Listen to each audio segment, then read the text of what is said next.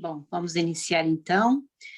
Boa noite a todas, boa noite a todos que nos assistem. Eu sou Ana Bernal, estou como secretária-geral do OAB São Paulo, subseção do Jabaquara, e em nome do nosso presidente, Evandro Andaco, quero agradecer aos palestrantes pelo aceite do convite, os nobres palestrantes, não palestrantes, Dr. Marcelo Peregrino, seja muito bem-vindo, obrigada por ter aceite, seja muito bem-vindo ao OAB Jabaquara. Doutor Alexandre Busti Oliveira, muito obrigada por ter aceito o convite, seja muito bem-vindo da mesma forma à nossa OAB Subseção Jabaquara.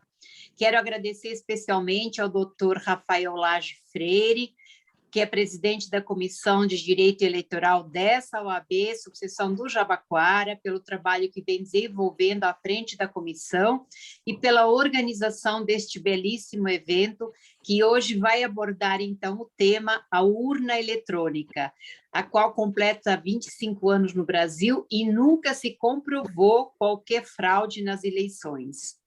Então, agradeço a todas e a todos a presença, lhes desejo um excelentíssimo evento e passo, então, a palavra para o doutor Rafael Lage. Muito obrigado, doutora Ana. Boa noite a todos que nos assistem. Quero inicialmente cumprimentar aqui toda a diretoria da OAB Jabaquara, Saúde, na pessoa da doutora Ana Bernal. É um prazer, mais uma vez, estar aqui, a gente tendo esse espaço para a gente poder debater um assunto tão importante, como bem tratado, que é a questão da urna eletrônica. Agradecer principalmente também aos nossos palestrantes, né, que aceitaram aqui o convite para poder trazer um pouco de conhecimento, né, levar informação sobre esse tema. Muito obrigado mesmo, e já agradecer desde já a todos que estão aqui presentes na sala e nos assistem no Facebook. Bom, aqui nós temos vou fazer aqui as apresentações. O doutor Alexandre Bustos de Oliveira, que é técnico judiciário do TRE de São Paulo, e é chefe da seção das urnas eletrônicas do Tribunal Regional Eleitoral de São Paulo, né, especialista também em direito eleitoral. E temos aqui também o doutor Marcelo Peregrino, que é mestre em Direito Constitucional pela PUC de São Paulo, doutor em Direito pela Federal de Santa Catarina, diretor da Escola Judiciária do TRE de Santa Catarina e presidente da CAOeste, se me permite doutor Marcelo, se eu caso eu errar aqui a pronúncia, o doutor me corrige aqui, que é a Conferência Americana para Organismos Eleitorais Binacionais para a Transparência Eleitoral. E o doutor Marcelo, ele acompanhou, foi um dos observadores internacionais das eleições peruanas, equatorianas, e também tem muito a agregar aqui para o nosso debate. Eu vou iniciar aqui passando a palavra para o doutor Alexandre, falar, fazer uma introdução, seus comentários iniciais sobre a nossa palestra de hoje, sobre o que a gente vai debater aqui hoje, e depois a gente vai passar a palavra para o doutor Marcelo. Então, doutor Alexandre, a palavra é toda sua. Muito obrigado mais uma vez. Ok, obrigado a todos. Boa noite a todos também. Obrigado pelo convite, né? E acho que esse é o momento aí de celebrar os 25 anos da urna eletrônica e também levantar algumas questões, debater algumas questões que estão em voga ultimamente, né? Eu queria falar de uma forma bem rápida, né? Que a urna eletrônica, apesar de ter sido implantada em 96, já há muito tempo, mas já no Código de 32 já havia uma previsão de máquinas de votar. Então, acho que a Justiça Eleitoral, né, o Brasil sempre quis algum sistema assim, justamente para evitar fraudes que, infelizmente, eram comuns aqui no Brasil, né? Nos anos 50, o TSE chegou a testar alguns equipamentos, mas não eram viáveis economicamente, né? E em 1986, houve um recadastramento do eleitorado brasileiro, que antes não era a nível nacional. Então, havia muitas pessoas assim, que tinham título de eleitor em vários locais, por exemplo, né? Então, esse recadastramento a nível nacional já foi um primeiro passo aí na parte da informatização. No início dos anos 90, houve algumas experiências de votação eletrônica em alguns TREs, inclusive acho que o de Santa Catarina foi um dos primeiros a fazer alguma votação para plebiscito, né, para emancipação de alguns distritos, e isso daí também foi aplicado, esse tipo de votação foi aplicado durante a primeira parte da década de 90, mas em 95 o TSE realmente acabou fazendo estudos para a implantação de uma máquina de votar, né? Na verdade, juntou técnicos das Forças Armadas, do INPE, teve vários órgãos ali ligados ao Congresso também Nacional, que participaram para fazer o desenvolvimento da urna eletrônica. E acabou culminando com essa urna que foi feita em 1996. Em 98, já 2/3 da população estava votando por urna eletrônica. E no ano 2000, foi 100% da votação foi eletrônica no país inteiro. Então, e desde então, a urna ela vem passando por uma série de evoluções. Sempre teve, a cada eleição que passa, são agregados novos modos de segurança para fazer a evolução da urna, né? Em 2008, todas as urnas passaram a usar um sistema baseado em Linux, que é o ENUX, e também foi implantada a biometria a partir de 2008, né? Aos poucos foram feito o cadastramento dos eleitores, e então, assim, você vê que a cada ano que passa, novas abordagens contemplando sempre a segurança da urna são feitas, né? E hoje estamos aí com 25 anos já de urna eletrônica e realmente sem nenhuma comprovação de fraude por todo esse tempo. Bom, rapidamente é só isso que eu queria colocar. Muito obrigado.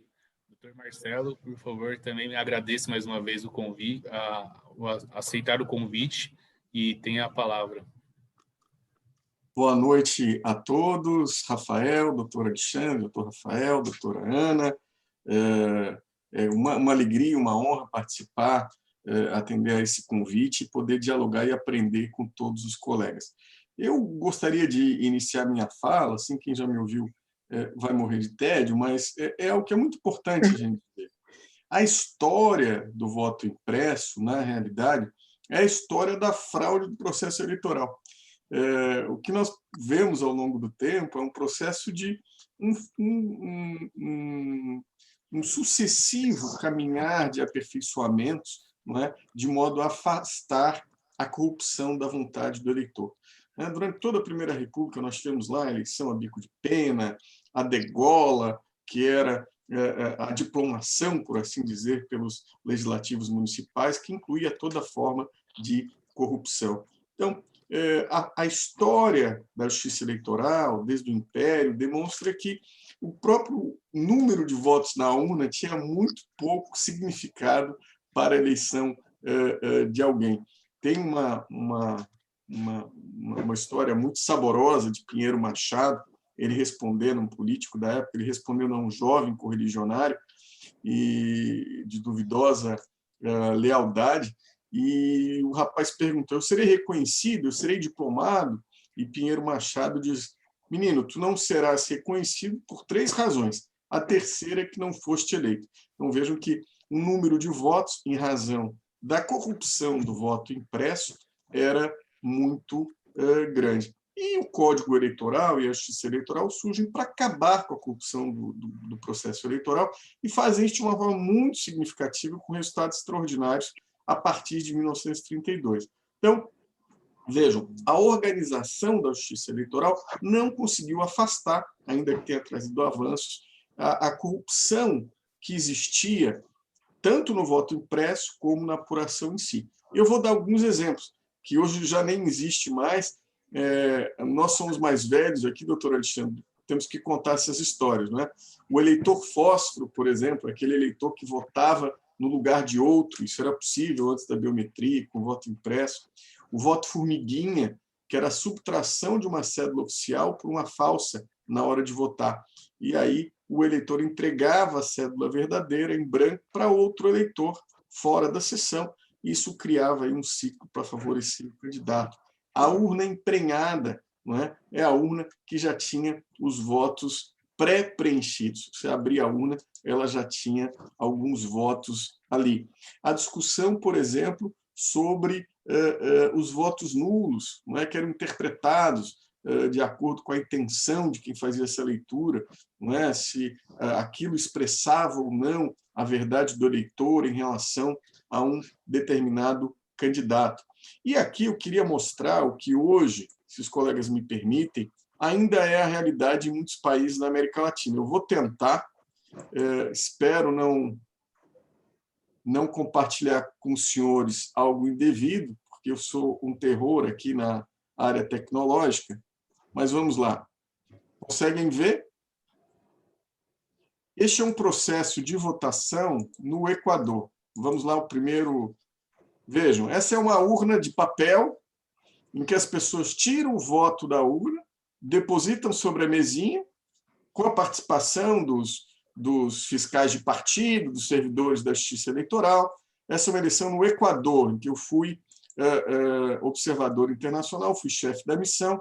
E aqui o famoso voto cantado. Depois que os votos impressos são retirados dessa urna de papel, ele canta o voto, diz Araújo. Vejam que ele vai dizendo quais são os votos que são. Esse senhor de vermelho aqui é um fiscal do partido, servidores da Justiça Eleitoral.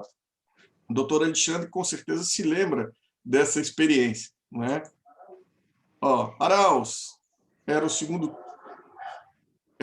turno das eleições. Enquanto ele canta, um outro servidor coloca xizinhos, não é? Cruzinhas, no que seria mais parecido com o nosso boletim de urna, que vai ficar fixado na sessão, e depois esse documento ele é digitalizado e é encaminhado para centrais de apuração. Então, basicamente, no Equador, em El Salvador, eu estive lá também, no Peru, o processo, de forma geral, da apuração, e aqui no Brasil também, era isso, não é?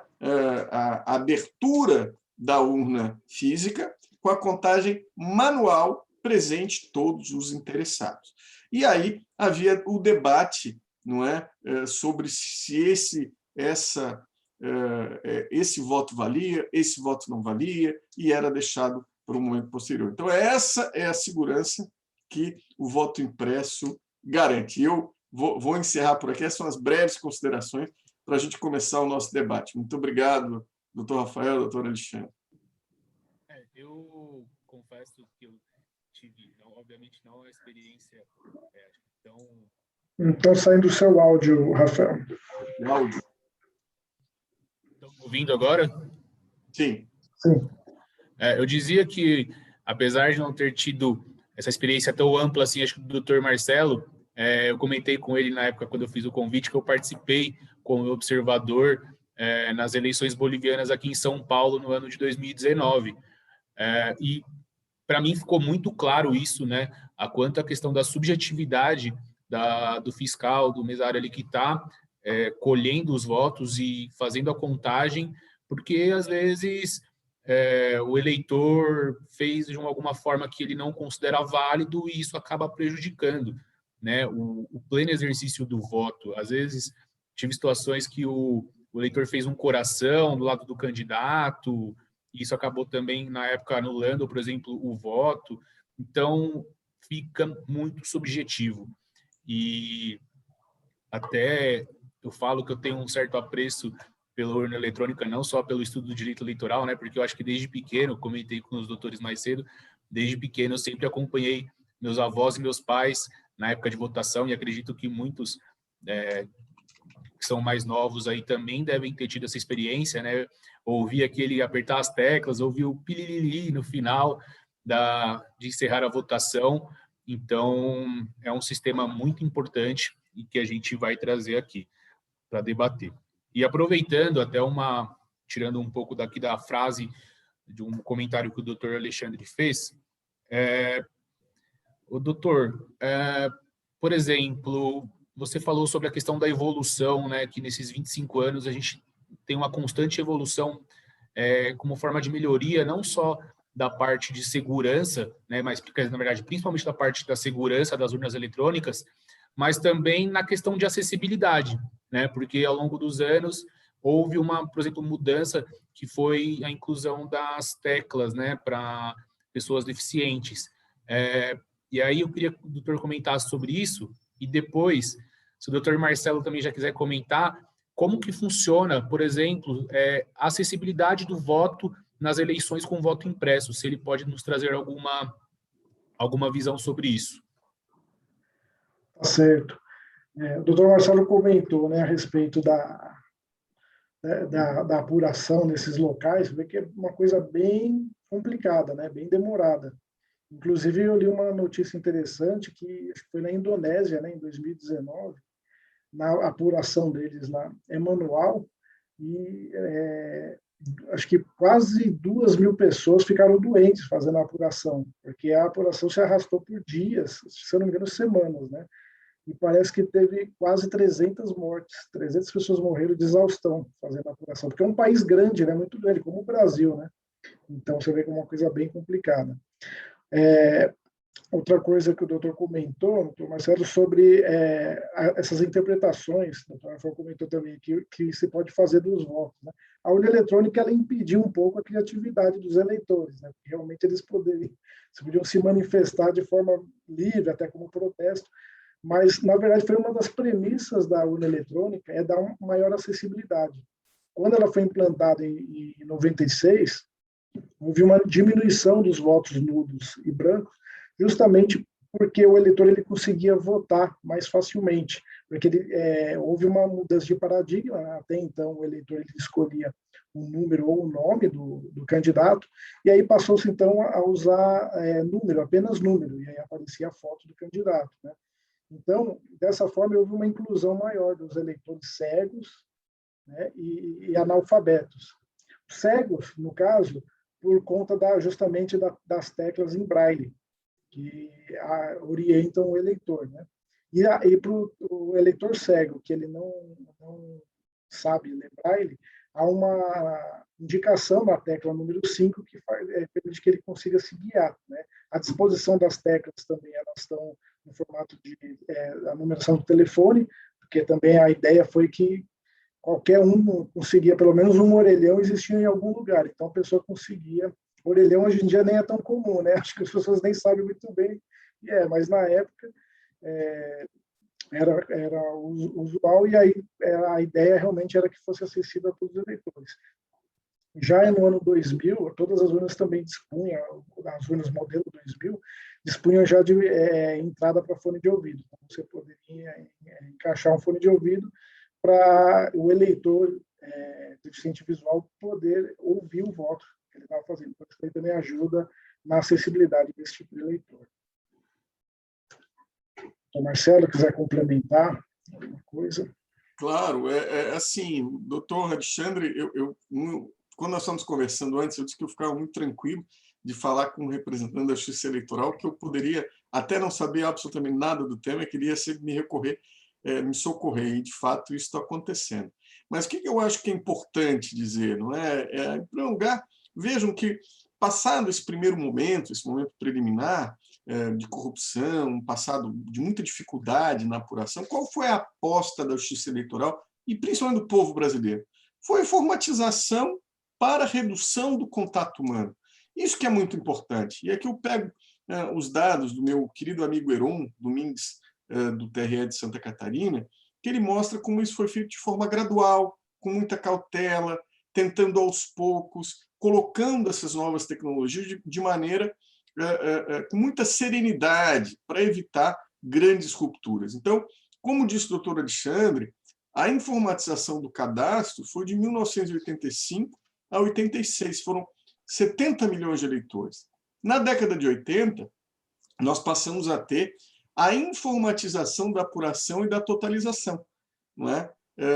Houve aí algumas experiências informatizadas na década de 90, e a criação da urna eletrônica, finalmente, em 1995, acho que é mais antiga do que o doutor Rafael, que é o nosso anfitrião aqui. Em 2008, nós tivemos a identificação biométrica e o QR Code, não é, para apuração rápida pelo próprio cidadão, e também o e-título. Não é? Então, a informatização do voto ela começa lá no cadastro, na informatização do cadastro em 85. Vejam que é um momento, é uma jornada de muitos e muitos, de mais de 30 anos da Justiça Eleitoral, em que há um aperfeiçoamento a cada eleição, não é? Há alguma inclusão, isso funciona, aquilo não funciona. Em 1996, para os senhores terem uma ideia, nós tínhamos 32 milhões de eleitores, em cerca de 1/3 do eleitorado com voto informatizado. Foram 70 mil urnas em 57 cidades. Em 98, passamos a 75% do eleitorado. E em 2000, 100% do eleitorado brasileiro. Vejam que há mais de 20 anos em que 100% do eleitorado brasileiro se vale da urna. Em relação à acessibilidade, é interessante, Rafael Alexandre, eu estive agora no Equador, e eles têm um projeto de acessibilidade muito interessante, que chama-se o Vote em Casa, em que se leva para as pessoas com mais idade, com dificuldade de locomoção, um mesário, uma estrutura de urna na casa de pessoas previamente cadastradas, não é? E vão todos, partidos, Ministério Público, juiz, vai todo mundo para permitir essa votação em casa. É um projeto muito interessante, né? Que é difícil, implantação, enfim, mas é uma ideia do estrangeiro que poderia ser eventualmente adotada aqui no Brasil, aqui e ali, de forma experimental. É sempre possível melhorar, não é? O que nós não podemos é repetir práticas que no passado nunca funcionaram, não é?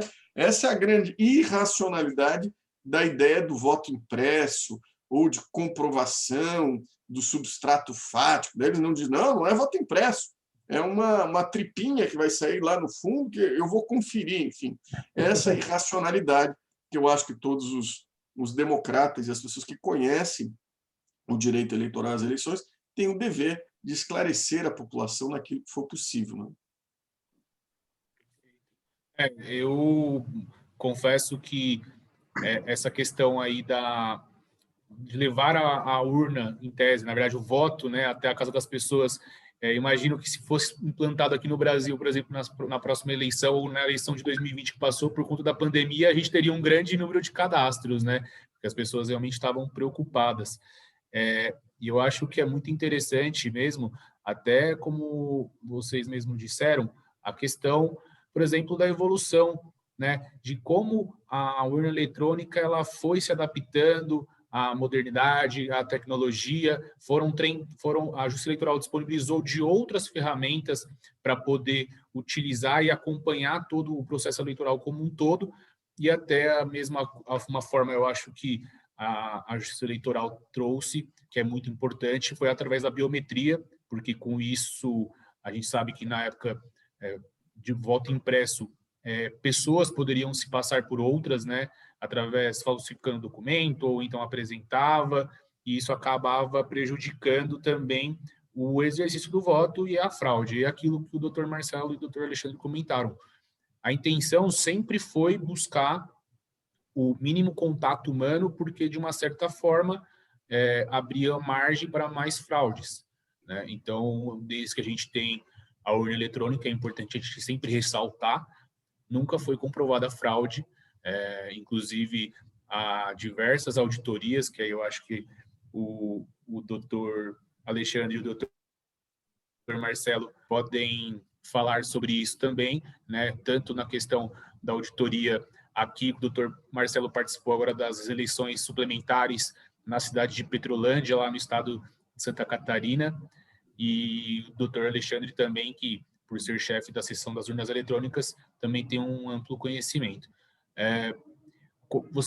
Como que vocês sentem que, por exemplo, essas auditorias, esses testes, por mais que isso seja divulgado, e aí eu acho que já até é importante a gente já trazer essa informação, que todo cidadão, os partidos políticos, né, a OAB, inclusive, na verdade, participa, o Ministério Público também, mas o cidadão e os partidos políticos podem fazer parte dessas auditorias, podem acompanhar. E o quanto isso representa, que infelizmente a gente vê, às vezes, alguns políticos, na verdade, agentes políticos mesmo, levantando a questão de fraude, e se eles estão aptos a acompanhar, o quanto isso é prejudicial. Doutor Alexandre ou doutor Marcelo? Vou passar primeiro ao doutor Marcelo agora, porque o doutor Alexandre foi o primeiro, agora o doutor Marcelo. É muito boa a pergunta, o comentário, doutor Rafael, porque não é verdade que não haja auditoria, que não seja possível auditar a urna eletrônica. Isso é uma mentira, Nós temos uma série de cerimônias públicas e auditorias previstas na Resolução 23603 do TSE. O teste público de segurança, por exemplo, existe desde 2009. Eu vou citar aqui alguns exemplos, não é, de aferição pública, aberta, transparente, com a participação do juiz, do promotor, dos partidos políticos. E hoje, os testes de integridade, a votação paralela, geralmente não tem ninguém, os partidos nem vão porque sabem que funciona. Então, nós temos o teste público de segurança, a cerimônia de assinatura digital e lacração dos sistemas, a audiência de geração de mídias, a audiência de configuração da urna, a oficialização dos sistemas, não é? Que é a publicação das correspondências esperadas ali entre urna e sessão, que fica disponível a todos, a auditoria de integridade dos sistemas de votação, a auditoria de funcionamento das urnas no dia da votação, a publicação do resultado nas sessões eleitorais. Isso é muito interessante, doutor Rafael, porque, geralmente, em cidades menores, os partidos sabem do resultado antes da Justiça Eleitoral. Na medida em que as sessões eleitorais vão publicando os boletins de urna, que é um papel, portanto, há papel já físico, fica lá pregado na parede daquela sessão eleitoral, eles vão simplesmente contando. Então, eles têm essa contabilidade antes da própria contagem da Justiça Eleitoral. Nós temos o log da urna, a verificação dos sistemas eleitorais, e não é por outra razão que a urna eletrônica é considerada pela Organização dos Estados Americanos, não é, uma boa prática de governança eleitoral pela OEA. não é, intensamente cobiçada por outros países. Não é? A OEA teve uma missão aqui em 2018, que ficou desde o início do ano, não é, em que não verificou nenhuma irregularidade. Vejam, há uma imensa quantidade de camadas de segurança da urna. Depois nós podemos até falar sobre isso. Barreiras de segurança que impedem a fraude. Não é? Então, nós precisamos desfazer esses mitos. E lá em Petrolândia, se o doutor Rafael me permite, aqui, doutor Alexandre, o que nós fizemos?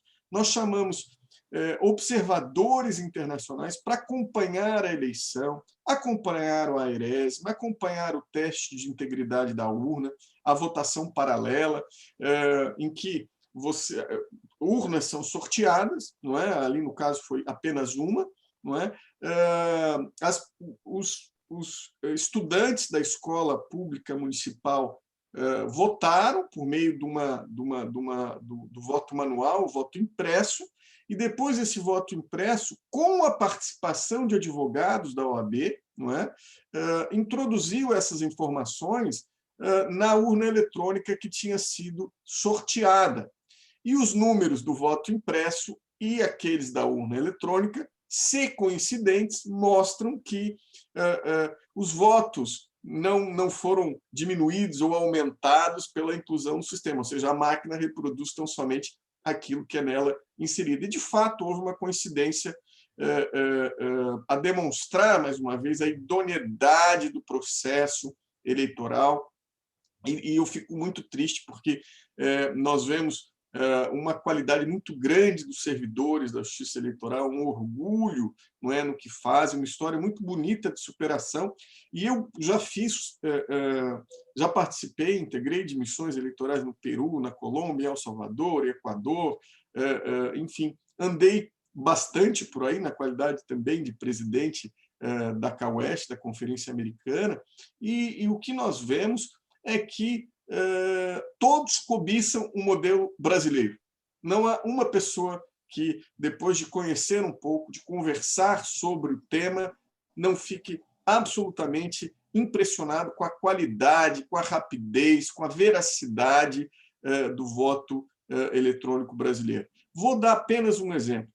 Nos Estados Unidos, até um mês atrás, a eleição presidencial do Arizona não tinha terminado a votação. Vocês já imaginaram o que significa uma votação manual, voltar para uma votação manual no Brasil? E dizer que isso é sinônimo de segurança? Isso é uma mentira, isso é algo que precisa ser combatido. Claro, no plano das ideias, no plano do esclarecimento, não é? Mas combatido com argumentos técnicos, não é? Que estão aí há 25 anos, não é? Comprovando a idoneidade do processo eleitoral nacional. Isso. Eu gostaria até de complementar com o seguinte, né? O pessoal, os partidários do voto impresso, eles partem, muitos, não todos, né, mas muito parte de uma premissa errada, né? Eles falam que eles estão lutando pelo voto auditável, mas o voto já é auditável, como bem lembrado pelo Dr. Marcelo, né? Ele tem várias camadas de segurança e várias delas podem ser auditadas. Então, falar que é uma falácia de informar que eu quero o voto auditável, porque ele não é atualmente. Não, ele é sim, né? E muito se questiona sobre para quem vai o voto quando a pessoa está votando, né? Esse aqui muitas vezes o grande questionamento. Eles querem ver a materialização do voto. Mas esse processo da votação paralela, atualmente chamada de teste de integridade, mostra justamente isso, mostra o funcionamento de uma urna eletrônica preparada para a votação, porque ela é sorteada no dia anterior, ela já está lá na escola, e aí há o sorteio e essa urna é retirada para fazer essa auditoria nela. Então, há essa comparação das cédulas, né, dos votos que o pessoal fez, e depois digitado na urna, e é feita essa comparação. E desde 2002, quando foi instituída essa votação paralela, nunca houve divergência. Então, mostra claramente que se você votou no candidato A, o seu voto foi para o candidato A. Pronto, ali está claramente demonstrado isso daí. O problema é que muita gente, às vezes, não sabe, não vai atrás, né? os partidos mesmo, eles confiam, né? Sabem, então eles muitas vezes não mandam representantes. Hoje em dia eles já estão bem cientes de que o sistema funciona, né? Então, assim, e fora isso, tem todas as outras etapas anteriores de desenvolvimento do software, que você pode verificar realmente a integridade do sistema, né? Porque vocês verificam que nesse teste público de segurança, são pessoas altamente especializadas, né, que vão lá e tentam invadir a urna. Então, às vezes, o TSE sempre consegue pegar alguma melhoria, algum ponto para melhorar, né? E aí, depois que são utilizadas essas melhorias, a pessoa que fez o ataque é convocada novamente para tentar repetir o ataque, né, e ver se tem sucesso ou não. Então, você vê que é uma coisa bem complexa, não é uma forma muito simples, né, de invadir a urna. Porque uma coisa que eu queria até comentar, a urna ela não está ligada à internet, né? Então, a própria arquitetura da urna não permite nenhum tipo de conexão, nem por cabo de rede, Wi-Fi, Bluetooth. Aquele sistema por celular, né, que você faz pagamento, um bilhete único só de encostar, ele não tem nenhum tipo de sistema justamente para evitar qualquer tipo de ataque nesse sentido, né? Então, você tem um boletim de urna ao final da votação, que mostra claramente a quantidade de votos que cada candidato recebeu, e esse sistema ele já foi previamente testado, né, em várias etapas, inclusive na votação paralela. Então, você tem um boletim de urna no final da votação, que, como o doutor Marcelo falou, em municípios pequenos, os candidatos, os fiscais já conseguem fazer a totalização antes da divulgação final lá pelo TSE, né? Então, mas se você quiser a gente detalha, entra em detalhes aí sobre sobre esses sistemas aí de auditoria, né? Me corrija se estiver errado, doutor Alexandre. O próprio... Às vezes a Justiça Eleitoral... Não, agora a gente ouviu no final. Estão me ouvindo agora? Sim. Estão me ouvindo? Tá, obrigado. Me corrija se eu estiver errado, doutor Alexandre. A Justiça Eleitoral, inclusive, convida possíveis quem consiga hackear, né, o sistema da Justiça Eleitoral. E a questão do boletim de urna, como vocês mesmos disseram, igual o doutor Marcelo já ressaltou que o projeto, às vezes, até falam sobre imprimir uma filipeta ali, como se fosse o comprovante do voto da urna ali na hora, é algo inútil, né? É bem inútil, até porque você também perde a questão que o voto é secreto. Então, a gente veio aqui, acompanho muito, né, a divulgação, todo o programa que a Justiça Eleitoral está fazendo sobre essa questão da urna, e o ministro Barroso, né, o presidente do TSE, já ressaltou muito, né, que no Brasil o voto impresso ele não funciona também pela questão que a gente tem, igual o doutor vocês comentaram, o voto formiguinha, o voto de cabresto, o coronelismo. Então, trazer essa impressão da filipeta fomentaria cada vez mais a volta dessas práticas. Isso que a gente já sabe que, de uma certa forma, ainda existe. Talvez em proporções menores, mas a gente sabe que ainda algumas dessas corrupções eleitorais acabam ainda existindo. E o boletim de urna também serve porque dá para você fazer a conferência, quantos votos ali teve naquela sessão e quantas pessoas assinaram ali, confirmando que estiveram presentes para exercer seu direito. Então, e aí retomando só, a gente sabe que não houve nenhum tipo de fraude, né? A Justiça Eleitoral tem essa constatação através dessas diversas auditorias. Eu queria aproveitar aqui e fazer propor mais uma questão sobre a questão do voto impresso.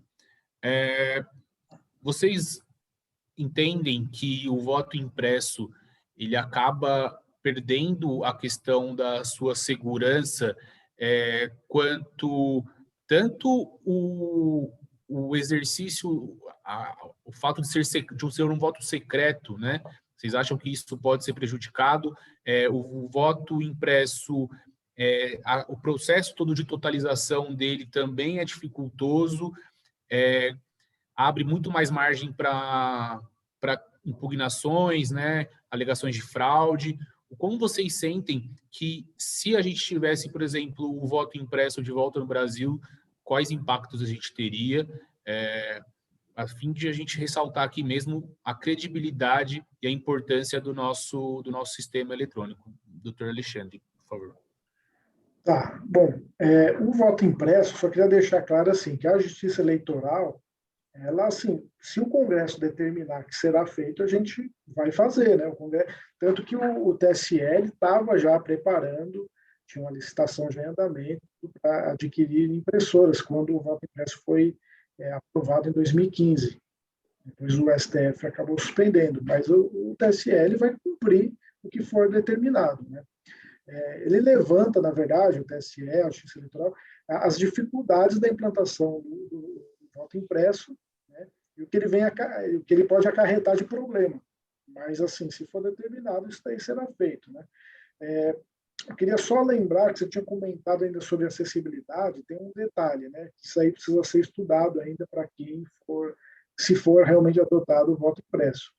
O eleitor cego e o eleitor analfabeto, hoje em dia ele consegue votar com uma certa tranquilidade. Ele vê, né, o eleitor analfabeto vê a foto do seu candidato e confirma a votação. O eleitor cego pode votar pelas teclas em braille, pode ouvir o candidato que ele está votando e confirmar, né? Com o voto impresso, isso aí já cria-se uma dificuldade, né? Eles vão perder a autonomia. Eles precisariam do auxílio de alguém para confirmar se o papel imprimiu o voto, né? Ele votou, porque ele não vai conseguir fazer isso daí. Então, isso aí já é um problema a ser tratado aí, que a gente não precisa ver como é que se resolveria. Limitaria um pouco para eles. Eu só queria lembrar que o voto impresso ele foi adotado juntamente com as urnas eletrônicas, em 1996. A urna imprimia, todas as urnas imprimiam o voto, só que ele, como era a primeira vez, não sabia se o sistema ia funcionar, o sistema eletrônico ou não, então optou-se por fazer impressão do voto, né? E as urnas eram jogados, né, os votos eram jogados numa urna plástica descartável. Então, no final lá da votação, foram contabilizados os votos e comparado com o voto eletrônico. E aí constatou-se que, né, bateu 100%, e além disso também houve muitos casos de problema, porque a urna ela é eletrônica, então ela é um mecanismo estático, né, não tem partes móveis. A impressora não, ao contrário, né, ela tem a parte mecânica, então a tendência dela dá muito mais problema. Então, também teve muitos casos de quebra de urna, motivados justamente pela impressora, né? Então, em 98 já não foi adotada mais o voto impresso, nem no ano 2000. Em 2002, novamente, o Congresso aprovou e aí foi aplicado a votação, o voto impresso em teste, em alguns locais, né? E realmente voltou a dar muito problema. Novamente foi muito problema, urna quebrando, a votação se estendeu ao longo da noite, teve local aí que foi acabar de madrugada a votação, né? Então, você vê que ela é um sistema que é para auditar, mas ela dá mais problema do que o sistema que ela está auditando. Ela acaba sendo uma dor de cabeça, né? Então, e aí o que aconteceu em 2002 também. A urna quebrava e aí tinha que um técnico lá verificar, o papel enroscava, tudo, e às vezes estava o voto impresso da pessoa, então você já quebrava o sigilo do voto, entendeu? Então, realmente tem essa possibilidade de você ferir o sigilo do voto. Porque você tem que desmontar, abrir a urna, soltar a impressora lá, para tentar... porque ela fica, na verdade, às vezes, o papel ele não sai totalmente. Engasgado, né? Engasgado, né? E aí você tem que soltar ali, às vezes não picota, né, a parte que deve fazer. Então, assim, há uma série de problemas técnicos mesmo que pode ocorrer com a impressão do voto, né? E dificultar realmente a apuração, e a apuração é um caso à parte, né? Porque quando você for fazer a apuração, aí é justamente o que o doutor Marcelo tinha comentado. A ideia é afastar a mão humana do processo de votação e apuração, porque onde tem a mão humana, sempre pode ter um risco maior de falhas e, eventualmente, de fraudes mesmo, né? Então, ali na contabilização dos votos, se um voto é suprimido, eventualmente, pode-se já querer impugnar a sessão eleitoral, quem sabe até a eleição como um todo. Então, é um risco muito grande, você tem que pesar prós e contras para ver realmente se ele vem agregar ou não, né? Porque, como a gente comentou antes, já há uma série de mecanismos de auditoria que confirmam que o sistema que está sendo usado ele é autêntico, ele é um sistema que está íntegro, né? Então, há uma série de mecanismos disponíveis. Então, realmente há necessidade de você alterar o processo, incluir um mecanismo que vai, eventualmente, ao invés de melhorar, ele vai fragilizar todo o processo. Isso eu acho que é a grande questão, né? Sim, Alexandre, Rafael, se vocês me permitirem, eu gostaria de compartilhar aqui, vejam, esse aqui a estrutura, digamos assim, criptográfica da urna eletrônica. Se os senhores forem examinar, cada fase, não é, do voto passa por um desafio criptográfico. Então, você tem que vencer todas essas etapas aqui para fraudar uma urna individualmente.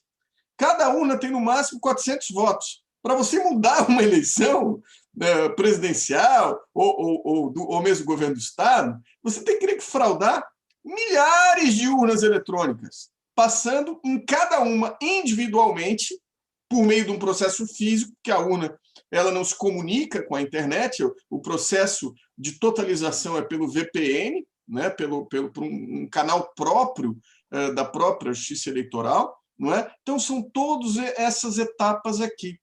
E eu também gostaria de lembrar, se me permitem, as camadas de segurança da urna eletrônica. São mais de 30, gente. É criptografia, é derivação de chave da urna, há o log da urna, enfim, há um caminho a ser percorrido e é muito fácil se verificar se houve ou não alteração numa determinada urna. Agora, é uma questão de fé, não é?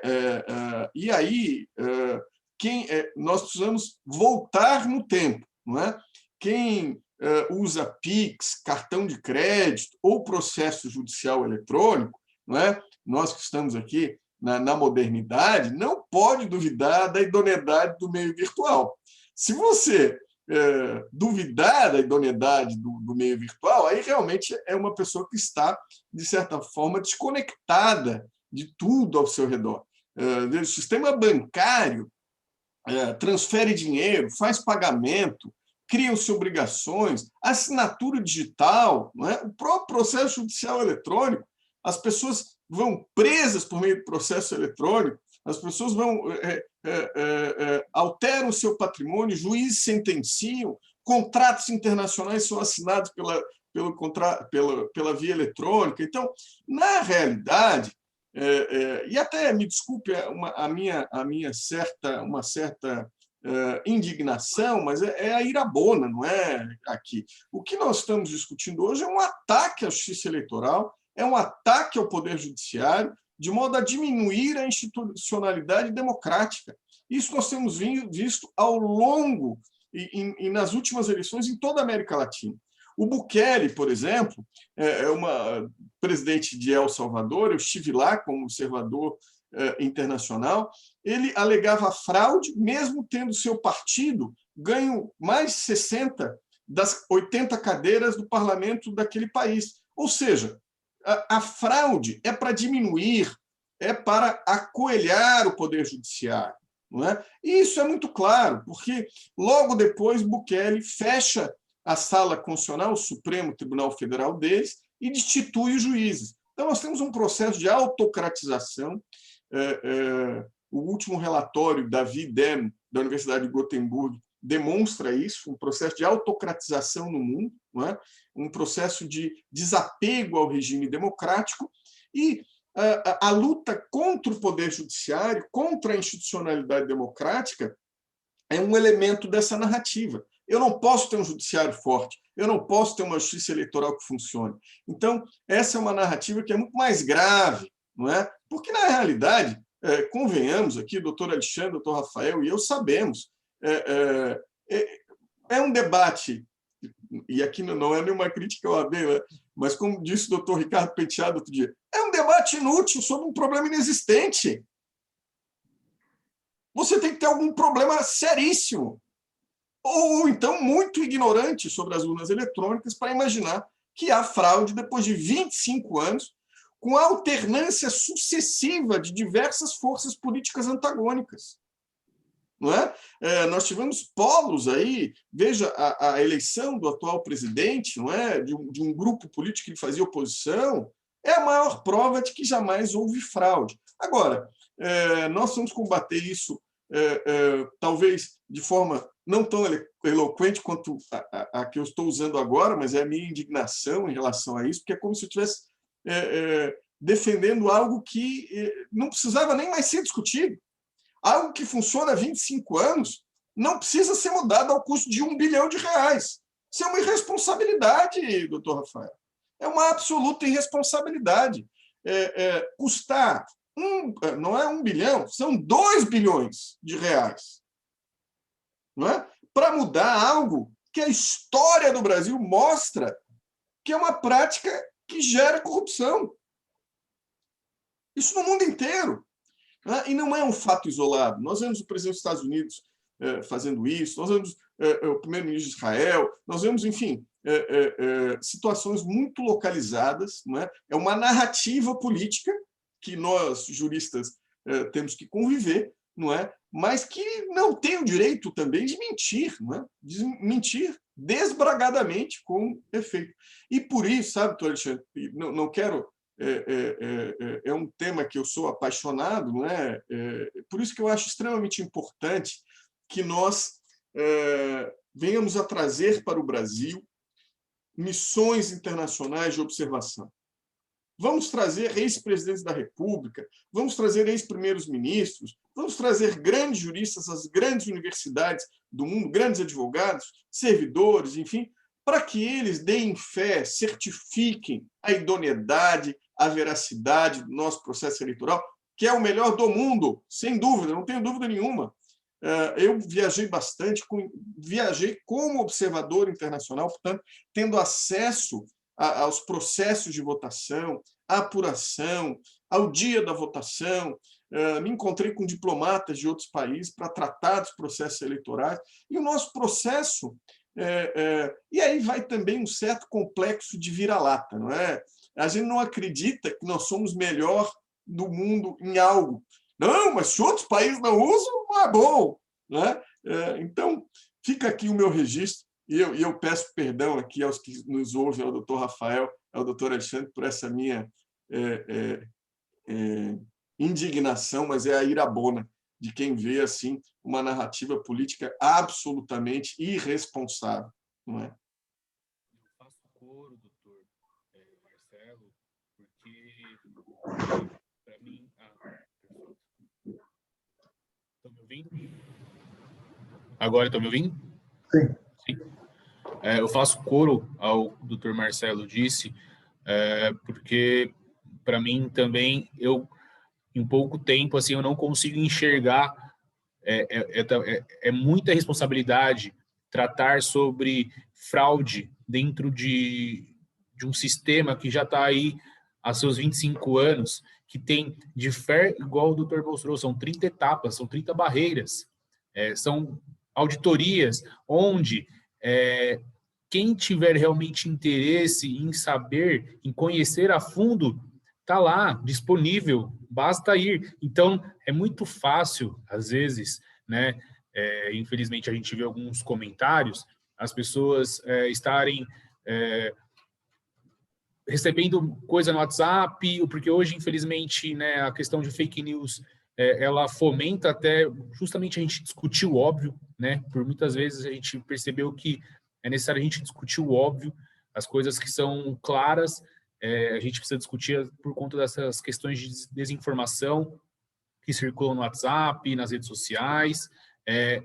Eu falo que a tecnologia ela veio para auxiliar a vida humana, só que, infelizmente, da mesma forma, ela também é usada para o mal, né? E aqui, no caso, a gente pode dizer que essa disseminação aí de informações falsas são, principalmente em relação à nossa democracia, à urna eletrônica, são uma forma de justamente utilizar a tecnologia de uma forma equivocada. Então, assim, a gente tem diversas formas, o público pode ter acesso ao sistema, às auditorias da Justiça Eleitoral, né? Tem a questão que os votos são filipetas, né? E o doutor Alexandre aqui me corrige se eu estiver errado, na questão de uma das auditorias, que são digitados, né, os números dos candidatos dentro de uma filipeta de papel, colocado dentro de uma urna, depois eles fazem a votação na própria urna e comparam os votos ali para conferir que deu tudo certo, e assim como o próprio boletim de urna também depois demonstra que, de fato, o número de votos que teve e os candidatos que estiveram ali estavam recebendo aqueles votos. Eu confesso que eu concordo com o Dr. Marcelo também, que eu acho que conforme a gente for tendo isso, e até o Dr. Marcelo, era uma surpresa para mim, porque quando eu fui convidado para participar da observação das eleições bolivianas de 2019, eu fiquei pensando, poxa, eu acho que eu nunca vi ao contrário, né? Mas pode ser que talvez aonde eu estava, no meu local de votação, eu não tive esse acesso, mas eu acho que realmente é importante, até porque é isso que o Dr. Marcelo também disse. Infelizmente, as pessoas veem lá fora, não estão vendo que o sistema da urna é utilizado e acabam criticando o nosso. E é curioso a gente também, inclusive, aqui destacar que, às vezes, as urnas são requisitadas, né, doutor Alexandre? Por exemplo, para eleições de clube de futebol, eleições, por exemplo, da OAB, eleições de outros conselhos. Então, assim, é um sistema que ele é muito seguro, nunca houve fraude, ele é utilizado não só nas nossas eleições gerais, municipais, mas também utilizado por outras entidades que se sentem confortáveis e sabem da sua segurança, né? Então, eu acho que vale a pena a gente destacar aqui, eu fico muito triste de ver o quanto que, infelizmente, algumas falas irresponsáveis sobre a urna eletrônica, né, na questão de fraude, já foi proposto, tem fraude, então comprove, e nunca foi demonstrada a prova. Então, você fomentar essa narrativa de fraude sem ter uma prova concreta e você só argumentar, poxa, mas eu não tenho acesso a essa informação da urna. Não, mas vá atrás, então, corra atrás de buscar essa informação, esse conhecimento. E também a gente também da justiça que trabalha, né, no ramo do direito eleitoral acaba sempre destacando, promovendo o debate, falando sobre a importância da urna, a segurança da urna. Então, eu acho que aqui a gente cada vez mais enriquece o debate, trazendo, né, essa informação aqui sobre a segurança das urnas. A gente teve uma pergunta no Facebook do Maurício, que ele questiona, e aí assim, a gente comentou um pouco, mas aí ele pergunta sobre o voto impresso, que com o retorno a gente poderia, quer dizer, né, a questão do voto impresso, de forma como algumas pessoas defendem, entendo que possa ser o retorno do cabresto. Qual a opinião dos doutores? Aí passo a palavra primeiro para o doutor Marcelo, depois o doutor Alexandre pode falar. Assim, isso é uma irracionalidade muito grande, né? Porque, veja, cada país tem as suas peculiaridades, não é? E cada país tem a sua Constituição. A Alemanha, por exemplo, ao declarar a inconstitucionalidade das urnas eletrônicas naquele país, não tinha o problema que nós sempre tivemos, que era a corrupção do voto. Na Alemanha não existia isso. E um dos argumentos da Corte Constitucional lá foi também, não tenho dúvida, o custo econômico para se implementar um projeto para um problema que não existia, que é exatamente o que nós estamos fazendo aqui. E aí nós precisamos mudar o enfoque. Nós precisamos demonstrar os riscos que nós corremos com o voto impresso. Então, eu vou dar um exemplo. Primeiro, cláusula pétrea, o voto é secreto. Como é que eu posso ter a impressão para a pessoa ver e outros verem ao mesmo tempo? Segunda questão, que é extremamente importante nesta questão. Se nós tivermos a incompatibilidade entre o voto escrito e o voto na urna, o que nós vamos fazer? Terceira e mais grave questão, a possibilidade de recontagem. Eu sou advogado e eu vou pedir a recontagem de todas as eleições em que meus clientes forem perdedores. Nós vamos voltar a uma discussão que nós não temos visto no Brasil há mais de 25 anos, que é o trauma da recontagem. Se não me engano, foi no Maranhão, doutor Alexandre, o senhor me ajude, que a eleição ficou mais de um ano parada por conta da recontagem. E aí eu indago, se a urna frauda, como é que aquilo que é, a partir dela, impresso, pode entregar verdade? Isso é uma irracionalidade. Há uma incompatibilidade entre a urna impressa e o voto eletrônico, gente. Se a urna frauda, ela vai fraudar também o resultado impresso. Quer dizer, é algo absolutamente irracional, fundado em critérios de fé, de crença política, e que não tem nenhum resquício de verdade. E representa um enorme retrocesso para o Brasil. Isso cria entraves monumentais para o processo eleitoral. Imagina, no dia da votação, quantos não irão dizer que não votou como a urna... alguém que queira fazer uma confusão. Vocês já imaginaram isso? Como é que vai ficar a guarda desses votos de papel? E a recontagem? Quando que nós vamos parar a recontar? Porque eu posso contar e chegar a resultados diversos.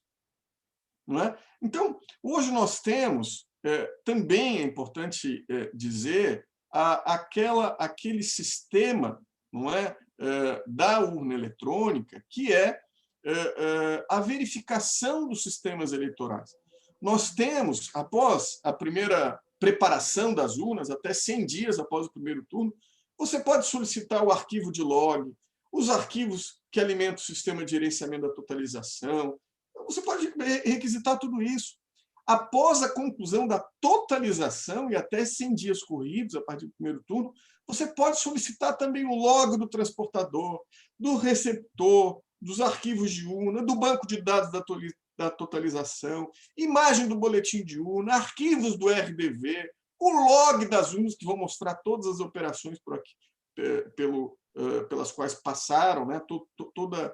Deixa um registro digital, não é? Os arquivos de dado de votação por sessão, relatórios sobre o comparecimento, ou seja, você tem, não apenas antes da preparação das urnas, você tem auditagem antes, durante e depois. E como que nós vamos fazer isso com o voto impresso? Então, isso você dizer, não é, que o voto impresso traz algum tipo de segurança, isso é mentira. Isso é mentira, isso é fé. Não é? É algo, a crença improvável na ocorrência do impossível. É fé. Você tem que ter fé para acreditar que o voto impresso é melhor do que o sistema que nós temos atualmente, que atende às necessidades do país há mais de 25 anos. E qual a experiência que nós temos do voto impresso, como o doutor Alexandre sabe e o resto do mundo sabe? É a manipulação, é o risco da recontagem. A recontagem é o grande fantasma. Para a advocacia, vai ser uma maravilha. Vai ser uma maravilha. Nós vamos pedir recontagem. Eu vejo agora a eleição do Peru, em que se está discutindo ali, por pouquíssimos votos, entre Fujimori e a Keiko e o Castilho, né? Que é 0 ponto. Imagina recontar votos de milhões e milhões de eleitores no Brasil. Quer dizer, é algo que não sobrevive à razão. Não é? Nós vamos trazer razão para o debate. Não é? Mostre-me, eu desafio qualquer um dos que creem não é, no problema da urna eletrônica, que apresente um caso só de fraude em uma eleição. Um só. Não há. Então, é uma questão de fé, e aí a fé é algo que cada um tem, não é? Carrega dentro de si, a gente tem que respeitar. Não é? Mas no plano da razão, e é importante que essas pessoas que estão assim de boa fé, não é? Acreditando nessas narrativas mentirosas, irresponsáveis, que visam contaminar a confiança da população num processo vitorioso há mais de 25 anos, que participem do processo eleitoral, não é? Integre-se ao partido, vão lá na votação paralela, participem das audiências públicas, são inúmeras audiências públicas, desde a preparação das urnas até, enfim, é audiência pública durante todo o processo eleitoral, não é? Com presença do promotor, do juiz, dos partidos. Se houvesse fraude, alguém já tinha descoberto. Ou a mulher de algum corrupto já tinha, ou o esposo, enfim, traído, já tinha denunciado. Aqui, se me permite o gracejo, não é possível manter um segredo de corrupção por tanto tempo envolvendo tantas pessoas. Não é? Eu vejo dessa forma também. Você tem que ter uma base sólida para mudar uma coisa tão importante, né? Para você ter um gasto alto e que eventualmente vai fragilizar todo o processo. Então, realmente você teria que ter uma base para provas, né, ou indícios graves de alguma fraude, mas na verdade isso daí não existe. Felizmente isso não existe, né? Então é complicado. Aí vai mais pela fé mesmo, como o doutor Marcelo falou. E aí, às vezes, acaba não tendo muita discussão, porque você fala que o sistema ele é confiável, mas a pessoa não precisa confiar em mim, confiar na justiça eleitoral. Ela pode, por exemplo, os partidos, todos os partidos, eles poderiam usar, se quisessem, eventualmente algum partido que não confie na urna eletrônica, no sistema eleitoral, eles têm um fundo eleitoral, eles poderiam contratar uma equipe de técnicos de informática, e alguns eventualmente podem, acho que até fazem isso, né? E o TSE permite que essa equipe, essas pessoas, acompanhem todo o desenvolvimento do sistema, né? Durante 6 meses antes da eleição, a equipe pode acompanhar todo o desenvolvimento do sistema. E como o doutor Marcelo tinha lembrado, há a cerimônia de lacração dos sistemas, assinatura digital, quer dizer, você vai travar o sistema, falar, o sistema é esse, está assinado digitalmente, foi criado os hashes, quer dizer, ele não vai ser mudado, né? E quem está acompanhando vai ver isso daí, né? Esses técnicos que estiverem acompanhando vão poder assinar embaixo e falar, bom, realmente o sistema a gente não viu que não há nenhuma fraude, está assinado digitalmente. Isso daí você consegue, no dia da eleição, inclusive, são sorteados urnas que você pode ir lá colocar um programa homologado pela Justiça Eleitoral, que pode ser trazido justamente por uma entidade de fora, e vai lá comprovar que o sistema que está na urna ele está íntegro. Não houve modificação, é o mesmo sistema que eles assinaram lá no TSE, quando houve a lacração, uns 20 dias antes da eleição. Então, você verifica que há várias formas de se auditar e comprovar que aquele sistema ele está íntegro, ele é fiel ao que o eleitor vota, né? Agora a pessoa fala, não, mas eu assim eu não acredito. Eu não acredito. Bom, então aí é questão de crença, né? A pessoa não acredita, aí já não tem muito o que fazer. Tecnicamente existem várias formas de auditar, né? Então realmente aí você fala, não há uma necessidade realmente de colocar o voto impresso. Só queria chamar a atenção que lembrar que o projeto de voto impresso ele é muito semelhante ao que foi utilizado pelas urnas em 2002. Né? Então, o eleitor, caso tenha algum eleitor desavisado, assim, ele não vai levar o comprovante da votação, né? O voto impresso para casa, porque aí realmente poderia se caracterizar o voto de cabresto. Né? O patrão fala, me mostra em quem você votou, aí você leva para casa. Não, então, não é, porque aí realmente seria o cúmulo do absurdo, né? Não, o voto seria impresso e depositado numa urna lacrada, que depois seria auditada, né, em caso de de suspeita de fraude, haveria recontagem. É que pelo projeto que eu estou vendo, que está seguindo aí, eles vão querer recontar todas as urnas, independente de haver indícios de fraude ou não, né? Eu ouvi falar até do projeto de se recontar na própria sessão eleitoral.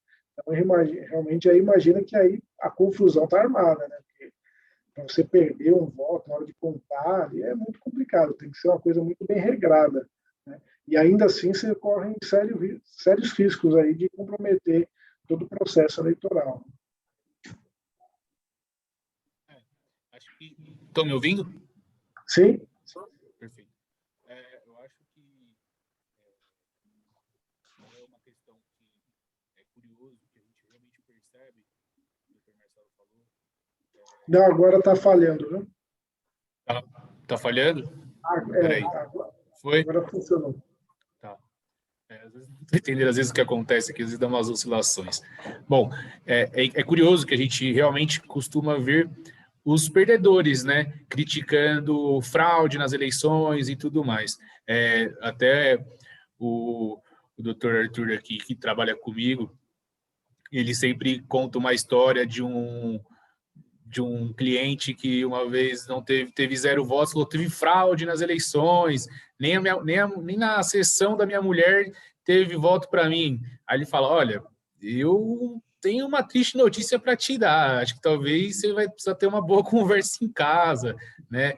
Porque, de fato, não tem como acontecer esse tipo de fraude.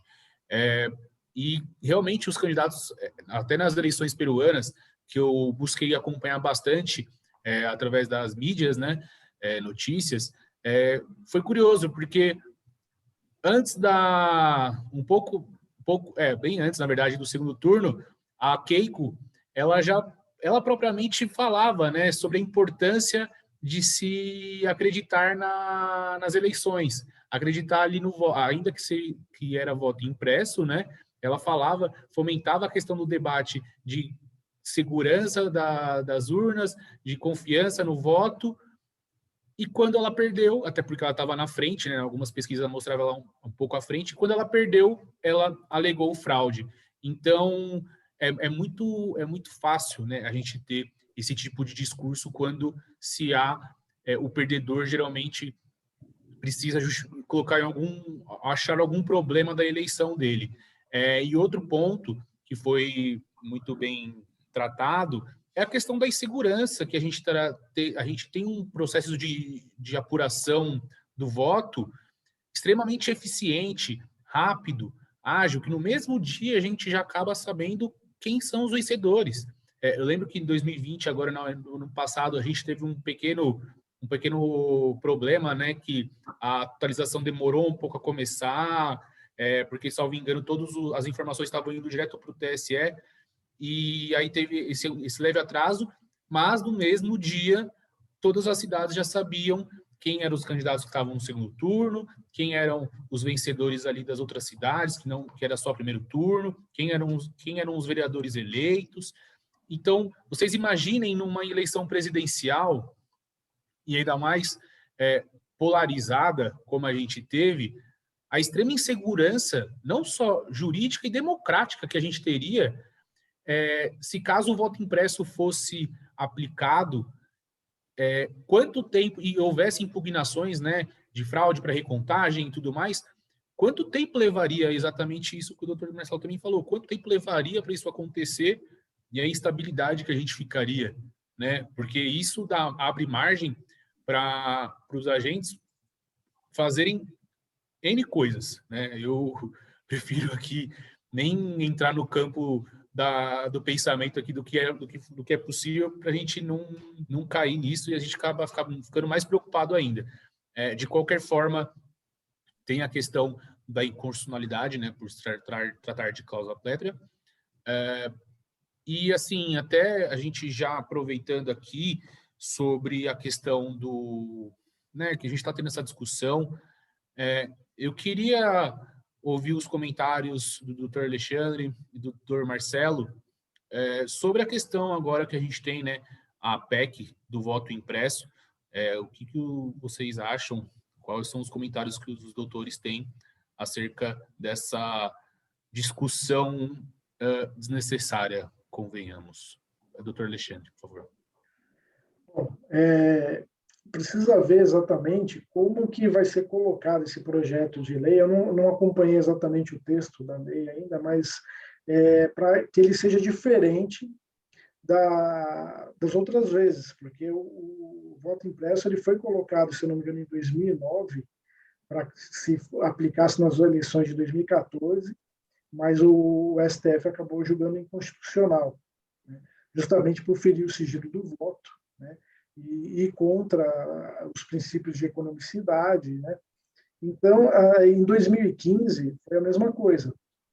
Estava programado para 2018 e o STF acabou derrubando pelos mesmos argumentos, basicamente. Acho que teve pouca diferença. Então, eu não sei se ele vai prosperar nesse sentido, justamente por ter esse tipo de problema, né? De você poder acabar violando o sigilo do voto, de um gasto que ele não é devidamente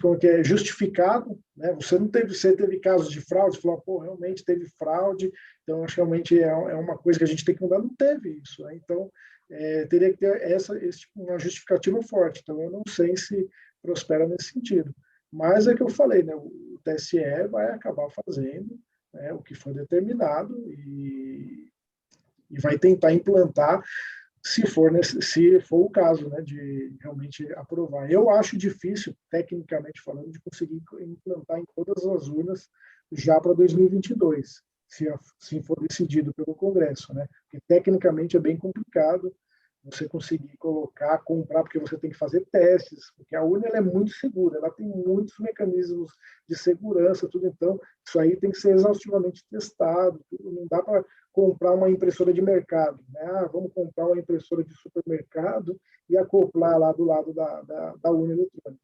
Não, é uma coisa que tem que ser muito bem estudada. Então, eu acho a implantação, se realmente ela for adotada, provavelmente terá que ser parcial, né? Assim, essa é a minha visão, né? Não sei na prática se seria possível fazer de outra forma.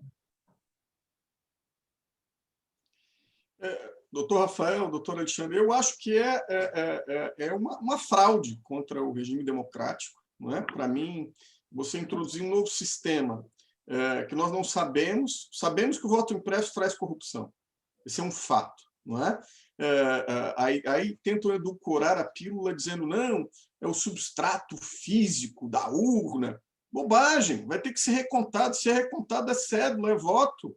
E a recontagem aumenta a insegurança jurídica. É um problema que nós não temos há 25 anos. E veja, a urna eletrônica demorou de 1996 até 2000 para atingir 100% do eleitorado.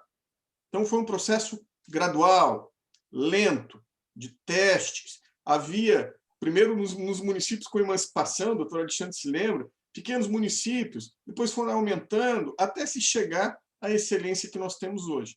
Você investir 2 bilhões num processo que você não... Primeiro, que você não tem a necessidade, porque não há nenhuma comprovação de fraude. Não é? Então, se eu fosse dono de uma empresa e sugerisse ao meu conselho lá gastar 2 bilhões para mudar algo que não é um problema, não é um problema inexistente, eu seria demitido, obviamente, não é? Além de ser... Mas tudo bem, digamos que seja algo para melhorar o regime democrático e que valha o custo financeiro. E os riscos para a implementação de uma forma assim violenta como se quer já para as eleições de 2022? É uma absoluta irresponsabilidade sobre todos os aspectos. Não é? Isso vai levar à judicialização e, em última análise, vai levar à decisão do Supremo Tribunal Federal. Quem vai decidir a eleição não vai ser o eleitor, vai ser o Supremo Tribunal Federal. Nós vamos ter aquilo que, me parece, os adeptos dessa teoria conspiratória da fraude da urna eletrônica não querem, que é a judicialização. Ao invés de eu ter um processo da urna eletrônica, quem vai decidir recontar, se pode recontar, se não pode recontar, se teve fraude ou não teve fraude, é o Poder Judiciário. Nós vamos aumentar a judicialização do processo eleitoral. o que é gravíssimo, é absolutamente grave. Não é? Agora, imagine isso numa eleição geral. Mas pode recontar? Qual o problema de recontar? E quem é que vai comandar o país enquanto não se sabe quem é o presidente? Então, assim, sob todos os aspectos, né, é de uma irracionalidade tão grande que só tendo muita fé no santo errado para acreditar que o voto impresso traz algo de benfazejo, não é algo de bom. Talvez, se você pudesse fazer, o doutor Rolo, por exemplo, tem a sugestão que eu repilo, não é? Vamos fazer por amostragem, vamos pegar 5.000 urnas, não é? E fazer o voto com impressão em 5.000 urnas para ver se funciona. Num primeiro momento, de forma gradual, não é? Mas por isso que eu digo que o que se quer, isso na minha opinião, não é diminuir a institucionalidade democrática, dizer que o processo eleitoral está viciado, não é diminuir o poder judiciário. Essa é a narrativa política, essa é a razão pela qual aqueles que vencem as eleições chamam a eleição de fraudada, como aconteceu com Bukele, em El Salvador, em outros locais do país. Aqui é muito clara a narrativa, que é uma narrativa antidemocrática e que não tem nenhuma relação com a segurança da urna. Não é? Então, são essas minhas considerações. Eu peço vênia aqui pela minha indignação, mas a indignação por uma causa absolutamente justa, que é uma conquista da pátria, é uma conquista do povo brasileiro e que deve ser respeitada. Não é? Se nós queremos abolir o atual sistema, nós temos que ter a dignidade, a responsabilidade de apontar os erros. Olha, houve fraude aqui, ali, eu seria o primeiro a me juntar a esses. Não é? Agora, a procissão de fé, realmente, ao custo de 1 bilhão, com todos os riscos, 2 bilhões, com todos os riscos que envolve, realmente não faz o mínimo sentido. Não é? Perfeito. Eu quero aqui, a gente já encaminhando um pouco para o final, a gente já está aí em 1h20. A gente fala que, geralmente, a gente poderia aqui discutir por horas e horas todos os pormenores da urna eletrônica, né? Para a gente, de fato, talvez, às vezes, 1h, 1h30, a gente tenta resumir isso, falar de diversas questões ao mesmo tempo, e talvez, mas a gente crê muito que esse tipo de debate, esse tipo de conversa é muito importante dentro do campo acadêmico, dentro do campo jurídico, mas para toda a população mesmo, que levar a credibilidade da urna eletrônica, um sistema que é nacional. A gente tem que ter o maior orgulho de ser referência, né, na questão da democracia, na segurança do voto, no sigilo do voto. Então, eu acho que é um debate importante. Nós precisamos, enquanto existir, infelizmente, essas acusações, né, infundadas, sem provas, irresponsáveis, a gente vai ter que continuar debatendo esse assunto a fim de levar todo a demonstrar o quão importante é a urna eletrônica dentro do nosso todo o sistema e o quanto ela garante o exercício da nossa democracia. Eu quero passar aqui para os comentários finais do Dr. Alexandre.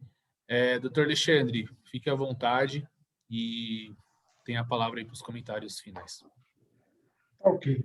Bom, primeiro eu gostaria de novamente agradecer aí a oportunidade, né, de a gente poder falar e celebrar esses 25 anos da urna eletrônica. Ela veio justamente, que eu acho que o principal objetivo dela foi justamente combater a fraude. Então, realmente, ela vem cumprindo esse objetivo aí, um grande sucesso, né? Principalmente quando você faz essa comparação com os anos anteriores. Tem gente que mais nova, que nunca viveu nessa época e que realmente havia fraudes o tempo todo, né?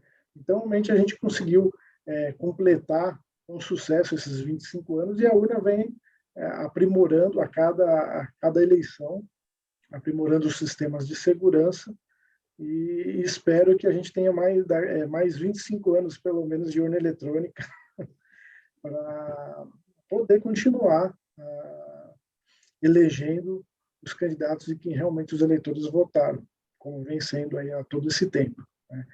E, bom, é isso daí. Me despeço de todos aí, fico aberto aí para dúvidas, caso que alguém levante aí alguma dúvida a respeito, a gente conversa. Eu queria até aproveitar que eu vi um comentário que, na verdade, parece que são 46 países que utilizam votação eletrônica, se eu não me engano, segundo informação do IDEA, que é um instituto, né, cuida de eleições democráticas no mundo, e acho que pelo menos em 16 não há também impressão de voto. Mas a justiça eleitoral está pronta para o que for decidido, né? A gente vai tentar se adaptar e prosseguir numa votação sem fraudes. É isso. Obrigado. Eu, em primeiro lugar, queria agradecer ao Rafael, ao Alexandre, a todos que nos ouvem, e me desculpar, talvez, pela minha veemência, mas é que realmente eu vejo como um retrocesso dentro das minhas limitações. Acho realmente que vai aumentar a insegurança jurídica, vai aumentar a judicialização, vai aumentar a fraude, não é? E para um problema absolutamente inexistente, não é? Claro que em outros países, aqui respondendo ao Carlos Eduardo, ao Vitor e tal, tem democracias consolidadas, não tem processo eletrônico. Mas o que nós vamos também nos afastar um pouquinho, uma espécie de um complexo de vira-lata, não é? De que nós não acreditamos que nós temos um sistema melhor do que os outros. Com certeza melhor do que o americano, não é? E a urna eletrônica seria impossível de se viabilizar nos Estados Unidos em razão do seu federalismo, não é? Lá não há uma norma geral federal, o mais perto que eles têm lá é o FEC, que, aliás, o fundo eleitoral, a pessoa tem que ser aprovada pelo Senado, sabatinada pelo Senado, indicada pelo presidente da República, foi a Enravel. A Enravel veio para cá, para as eleições de Petrolândia, e teceu os maiores elogios, ficou muito impressionada com a qualidade da nossa urna eletrônica, não é? Então, acho que nós vamos valorizar o que é nosso, valorizar o que foi constituído pelo povo brasileiro com muita inteligência, com muita capacidade ao longo dos anos, e não há razão nenhuma. Eu desafio qualquer um a me dizer um só caso de fraude de eleição com a urna eletrônica, não é? O silêncio dos senhores é a maior prova de que nós estamos certos, pelo menos hoje, não é? Então, fiquem os senhores com a sua fé, eu aqui com as minhas humildes opiniões e com a racionalidade da experiência nacional brasileira. Muito obrigado a todos, meu boa noite. Bom, eu quero agradecer mais uma vez ao Dr. Alexandre, ao Dr. Marcelo. Vocês abrilhantaram, né, o debate. Eu fico extremamente honrado e lisonjeado por ter tido a oportunidade de estar aqui com vocês hoje, a gente poder discutir o tema da urna eletrônica, com o Dr. Alexandre aí desde 96, né, dentro do TRE, acompanhando, e agora aí veio como chefe da seção das urnas eletrônicas, o Dr. Marcelo, que está percorrendo o mundo. Eu acho que eu acompanho muito as mídias sociais do TSE, do TRE, agora eu vejo o Dr. Marcelo, às vezes, figurando em algumas publicações da própria Abradep também, que é muito importante. A gente tem uma academia aí que vem trazendo muitas questões importantes para o direito eleitoral. Então, eu quero agradecer extremamente a presença de vocês, agradecer às pessoas que participaram, tanto no Facebook quanto aqui no Zoom, e dizer que o debate não para aqui, não para por aqui, enquanto a gente ressaltar a segurança, a credibilidade da urna eletrônica, vocês podem ter certeza que a gente vai estar debatendo enquanto não for comprovado fraude, a gente vai estar ressaltando a segurança, porque ela é segura sim, existem inúmeras formas de auditar, de auditoria, é aberto ao público, se quiser participar das auditorias, podem participar, busquem essas informações. Então, quero agradecer mais uma vez e desejar uma ótima noite, uma excelente semana a todos, e agradecer também a diretoria da OAB Jabaquara por mais uma vez dar a oportunidade do espaço aqui para a gente poder conversar. Gente, muito obrigado, uma boa noite a todos e fiquem com Deus, uma boa semana. Obrigado. Tchau, obrigado. Boa noite. Até mais.